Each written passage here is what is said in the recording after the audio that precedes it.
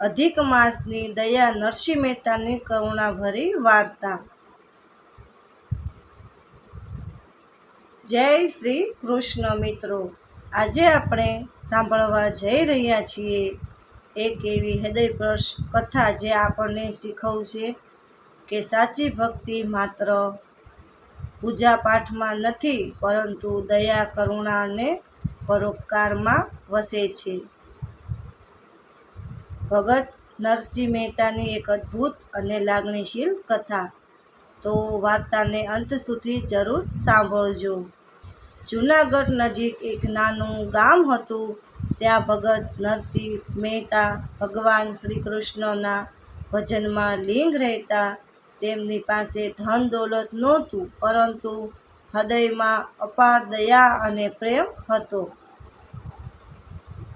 એક દિવસ સવારના સમયે નરસિંહ મહેતા ભજન ગાતા ગામની બહાર જઈ રહ્યા હતા।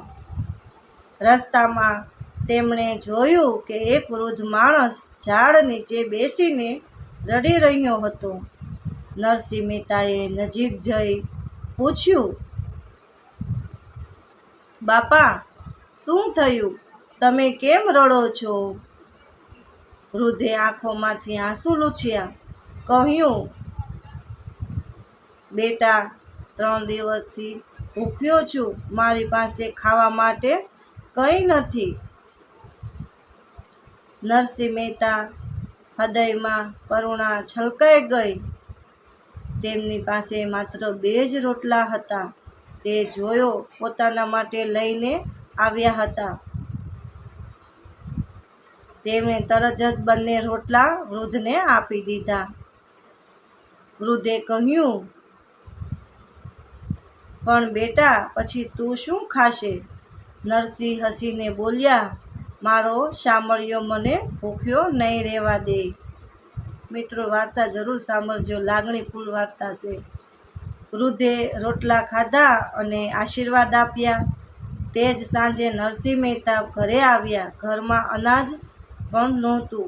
પત્નીએ કહ્યું, આવતીકાલે બાળકોને શું ખવડાવશું? નરસિંહ મહેતાએ શાંતિથી જવાબ આપ્યો, જે ભગવાન પક્ષીઓને દાણા આપે છે તે આપણને પણ આપશે। પત્ની ચિંતામાં હતી, પરંતુ પતિની ભક્તિ પર વિશ્વાસ રાખતી હતી। બીજે દિવસે ગામમાં ભારે વરસાદ પડ્યો। રસ્તા પર કાદવ ભરાઈ ગયો। નરસિંહ મહેતા મંદિર તરફ જઈ રહ્યા હતા, ત્યારે તેમણે જોયું કે એક ગરીબ સ્ત્રી પોતાના બીમાર બાળકને લઈને વરસાદમાં ઊભી હતી।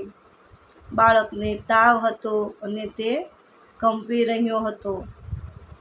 સ્ત્રીએ કહ્યું, મારે વૈદ્ય પાસે જવું છે, પણ મારી પાસે પૈસા નથી। નરસિંહ મહેતાએ પોતાની પાસે રહેલી એકમાત્ર ચાંદીની વીંટી કાઢી અને સ્ત્રીને આપી, આ વેચી દેજે અને બાળકની સારવાર કરાવજે। સ્ત્રીની આંખોમાં આંસુ આવી ગયા। ગામના કેટલાક લોકો આ બધું જોઈ રહ્યા હતા। તેઓ બોલ્યા, નરસિંહ, તું એટલું દાન કરે છે, તારા પોતાના ઘરમાં તો કશું નથી। નરસિંહ મહેતા હસ્યા અને બોલ્યા, દયા એ જ સૌથી મોટું ધન છે। જે બીજાના દુઃખમાં કામ આવે એ જ સાચો માણસ। કેટલાક દિવસો પછી ગામમાં દુષ્કાળ પડ્યો। ખેતરો સુકાઈ ગયા। લોકો પાણી માટે તરસવા લાગ્યા। એક દિવસ ગામમાં એક અજાણ્યો સાધુ આવ્યો। સાધુએ દરેક ઘરમાં ભોજન માંગ્યું, પરંતુ કોઈએ આપ્યું નહીં। છેલ્લે તે નરસિંહ મહેતાના ઘરે આવ્યા। ઘરમાં માત્ર એક જ વાટકી ખીચડી હતી। એટલામાં બાળકો પણ ભૂખ્યા હતા. પત્નીએ ધીમેથી કહ્યું, આ છેલ્લું ભોજન છે. નરસિંહ મહેતાએ કહ્યું, પહેલાં મહેમાનને જમાડીએ, અને આખી ખીચડી સાધુને પીરસી દીધી. સાધુ ખૂબ પ્રસન્ન થયા. રાત્રે નરસિંહ મહેતા ભજન કરતા હતા. અચાનક ઘરમાં દિવ્ય પ્રકાશ ફેલાયો. સામે સ્વયં ભગવાન શ્રી કૃષ્ણ પ્રગટ થયા.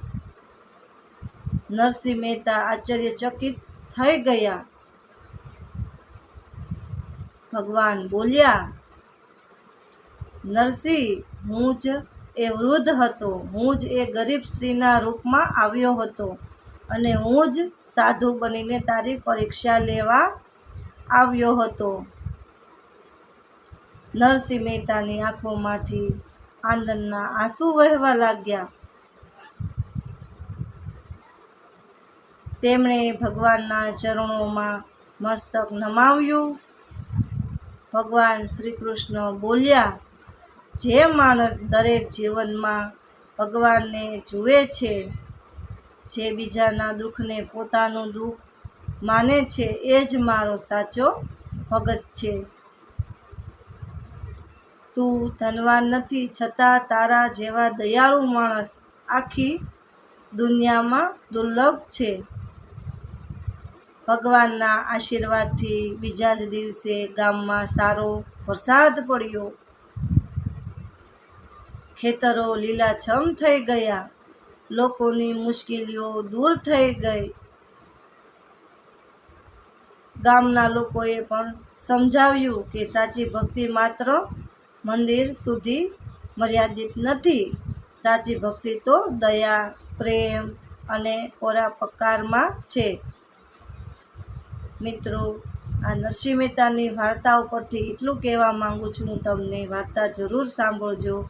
જેના હૃદયમાં દયા હોય છે, ત્યાં ભગવાન પોતે વસે છે.